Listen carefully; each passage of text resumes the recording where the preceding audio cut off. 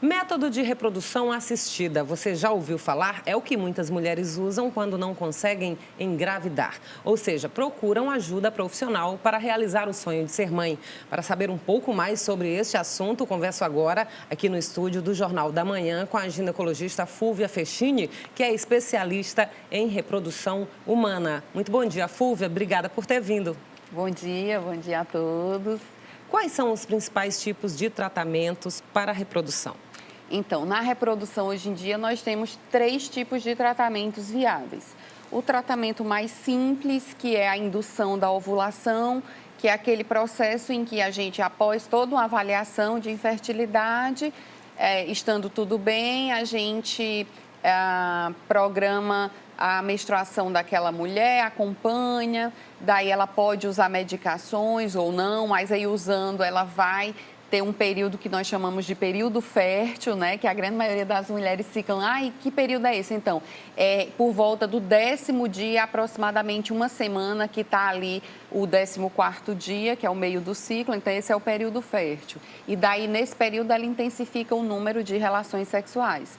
O segundo tratamento é a inseminação intrauterina, que é aquele tratamento onde a gente também prepara todo o organismo da mulher e quando passa por todo esse processo de preparação, o marido no dia coleta o sêmen, esse sêmen é preparado, processado e depois de pronto, injetado no fundo do útero da mulher.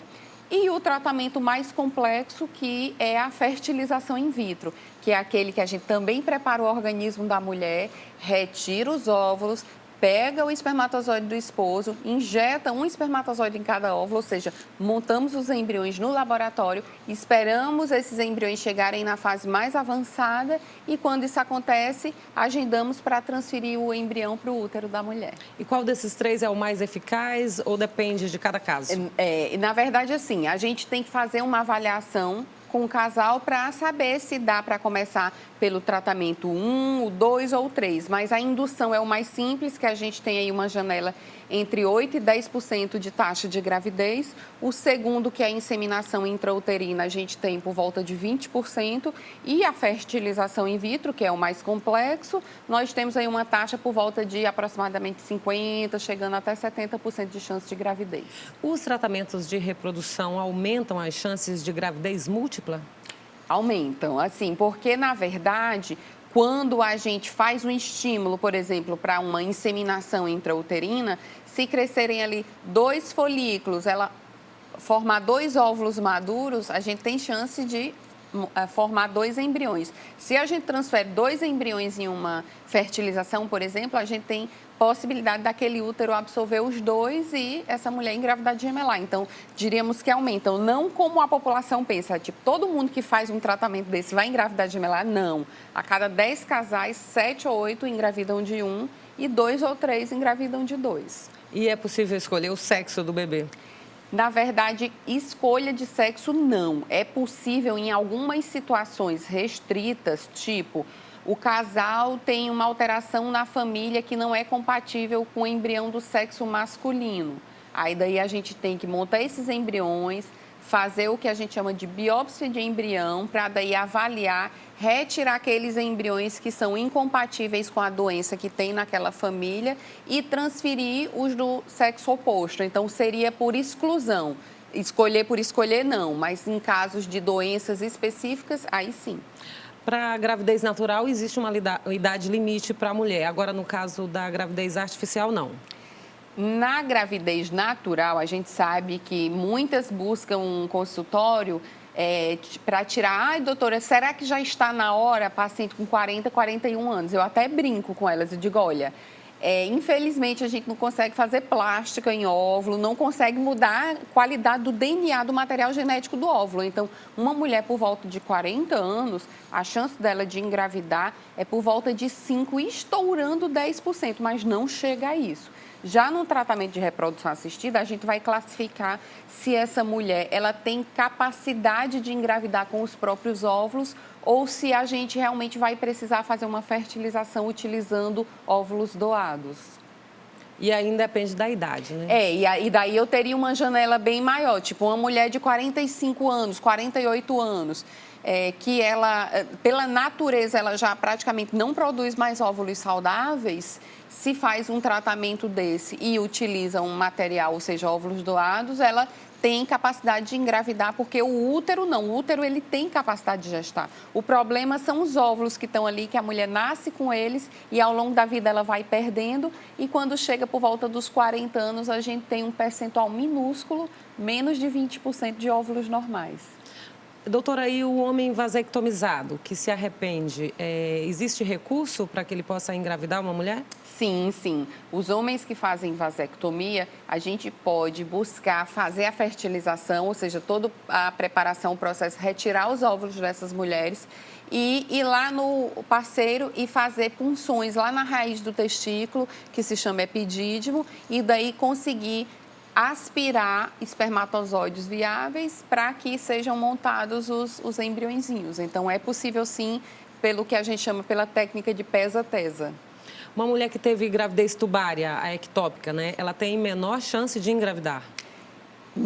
Tudo depende da idade. Se for uma mulher que fez uma laqueadura, mas uma mulher jovem, abaixo dos 35 anos, ela fazendo uma fertilização, ela tem uma probabilidade muito alta de gravidez. Porque o que ela não tem é mais o mecanismo da trompa. Mas no ela caso da gravidez natural, a chance é menor? É natural, mesmo revertendo, fazendo reversão, que a gente chama, a chance é mínima, porque... Com uma trompa? A chance é pequena. Se ela ainda tiver uma trompa, tudo bem. Mas se ela fez a laqueadura, se ela laqueou as duas trompas, aí realmente o ideal seria que ela buscasse um tratamento de fertilização. Quais são as doenças mais comuns e que provocam a infertilidade? Então, o que a gente tem que divulgar, que eu acho muito importante aqui, assim, as doenças sexualmente transmissíveis também levam à infertilidade. Ou seja, adolescentes que têm tem gonorreia, o menino, a menina, né, começa a sua vida sexual, não se previne com preservativos. Então, eles já estão correndo o risco de buscar uma doença que os deixe inférteis. Então, fazer a prevenção com o uso do preservativo é fundamental desde o início da vida sexual, né, vamos dizer assim. E existem as doenças realmente que não estão vinculadas às DSTs, mas que são muito comuns, tipo ovário policístico nas mulheres, endometriose, que também é uma causa hoje em dia muito frequente de infertilidade. E nos homens também tem as doenças que alteram a produção dos espermatozoides, ou seja, altera a qualidade seminal. A mais comum é a varicocele, mas existem muitas outras, né, que também podem levar ao uso de anabolizantes, né, que hoje em dia a gente vê que é muito comum os jovens quererem buscar essa performance rápida e usar aquilo ali e achar que anabolizante não traz nenhuma consequência. Não traz. Além de consequências para a saúde, a infertilidade é uma consequência. E o uso de anticoncepcional por mulheres que já estão numa faixa etária avançada, né, em relação à possibilidade de engravidar.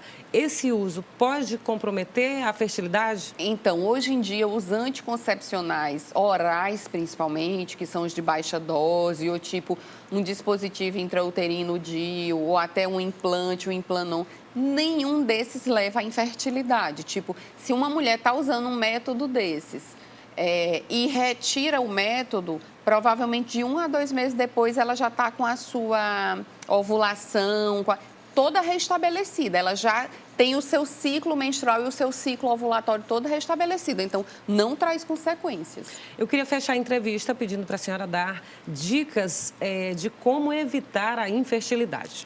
Então, eu diria que a dica mais importante é que a mulher ela não adie muito a maternidade.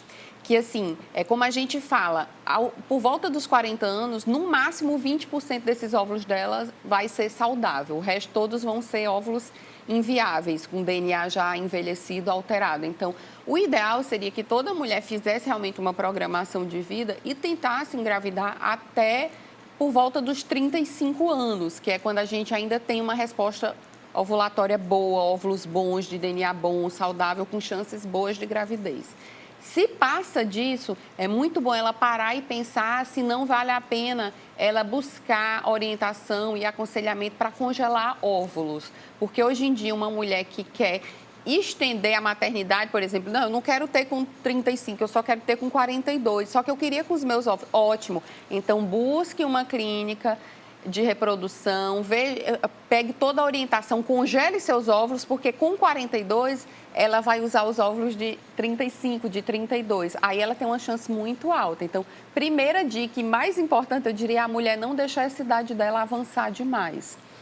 Segunda dica é que, para evitar doenças sexualmente transmissíveis que causam infertilidade, seria justamente o uso do preservativo ao longo de toda a vida sexual. A menina, o menino começou a ter uma vida sexual, se previna, porque se prevenindo, ele realmente vai estar se prevenindo também de uma infertilidade por uma doença qualquer. E outra é que todo homem, que toda mulher, busque um acompanhamento anual, porque, por exemplo, a mulher ela só vai descobrir se ela tem doença se ela for todo ano ao ginecologista. Do mesmo jeito, o homem só vai descobrir se ele tem uma varicocele se ele buscar, se ele for numa consulta com o urologista todos os anos. Ok, muito obrigada pelas dicas, pelas informações, tá? Obrigada pela sua presença aqui no Jornal da Manhã. De nada e um abraço a todos. Um abraço, bom dia para você. Bom dia. No próximo bloco, cuidados no preparo de alimentos podem evitar problemas de saúde. É um instante só.